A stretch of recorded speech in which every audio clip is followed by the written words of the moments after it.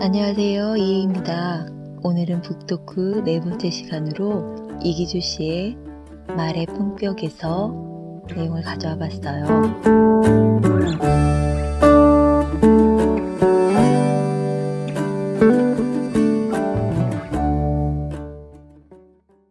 너 정말로 말 잘한다. 그래? 그렇지도 않은 것 같은데? 물에 빠지면 입만 둥둥 뜨지 않을까 하고 생각할 정도야.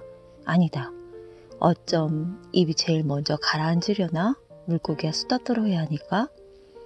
펜이 칼보다 강하다지만 새치어가 100만 군사를 이긴답니다. 그렇게 말재주에만 의지해 세상을 살면 실패하거나 화를 입기 마련이죠. 말이 적으면 근심이 없답니다. 그래서 때로는 말도 심이 필요하지 않을까요? 이기주지음 말의 품격 중에서 침묵. 2011년 1월 12일 총기 사건이 발생한 미국 애리조나주 남동부의 투싼 지역에서 버락 오바마 대통령이 참석한 가운데 추모식이 열렸다. 이날 행사에서는 미국 대통령의 대중연설 역사상 가장 낯선 광경이 펼쳐졌다. 총기 사건의 희생자 중 한 명인 크리스티나의 이름을 언급하던 오바마 대통령이 갑자기 연설을 멈춰버린 것이다. 사람들이 수군거리기 시작했다. 뭐가 잘못된 거지? 연단에 놓인 프롬프터에 문제가 생긴 건가? 째깍 째깍. 시간은 더디게 흘렀다. 오바마는 말없이 호흡을 가다듬었다.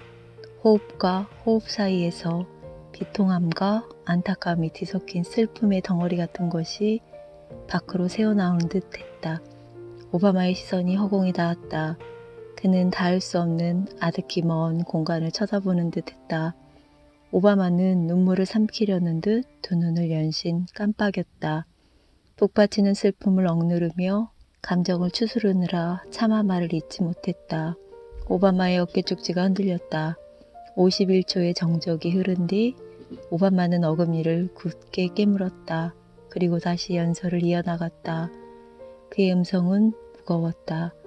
무거웠으므로 공중에서 낮게 깔리며 천천히 추모객의 가슴을 향해 퍼져나갔다.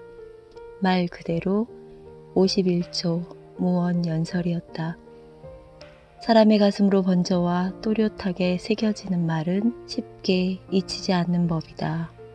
이날 오바마 대통령의 연설 역시 미국 국민의 가슴에 진한 감동을 아로새겼다. 당시 미국 언론은 오바마 대통령이 보여준 이례적인 모습과 엄품의 찬사를 아끼지 않았다. 뉴욕타임즈는 버락 오바마가 대통령이자 두 딸의 아버지로서 단아한 모습을 보여줬다. 대통령은 미국 국민과 말만 주고받은 게 아니라 마음을 나눴다. 오바마의 재임 기간 중 가장 극적인 순간이 될 것이라는 기사를 실었다. 오바마의 연설이 이렇게 찬사를 받은 이유는 무엇일까? 오바마는 말을 잘하기 위해 애쓰기보다는 특정한 지점에서 말을 거두어 들이기 위해 애썼다고 나는 생각한다. 침묵의 가치와 하중을 충분히 알고 있었기에 가능한 일이다. 오바마 대통령은 연설 도중 입술을 다문 채 희생자 가족의 아픔을 자신도 처절하게 느끼고 있음을 표정과 느낌으로 표현했다. 그의 감정의 밑바닥에 잠복해 있던 진심은 가슴을 열고 걸어나와 침묵이라는 샛길로 들어섰다. 그리고 돌고 돌아 추모객의 마음이라는 도착지에 가닿았다. 휴가를 의미하는 영어 단어 바캉스는 텅 비어있다는 라틴어 바카티오에서 유래됐다. 바캉스는 무조건 노는 게 아니라 비워내는 일이며 진정한 쉼은 우리의 어깨를 짓누르는 무언가로부터 자유로워지는 것이라는 뜻으로 풀이할 수 있다. 쉼이 필요한 것은 말도 마찬가지다.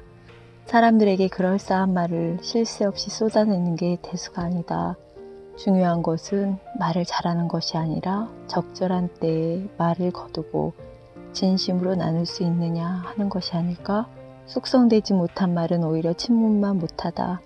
인간의 가장 깊은 감정은 대개 말이 아닌 침묵 속에 자리하고 있다. 침묵은 때론 100마디 말보다 더 무겁고 깊게 받아들여진답니다. 무엇보다 말 실수를 줄이는 지름길이죠.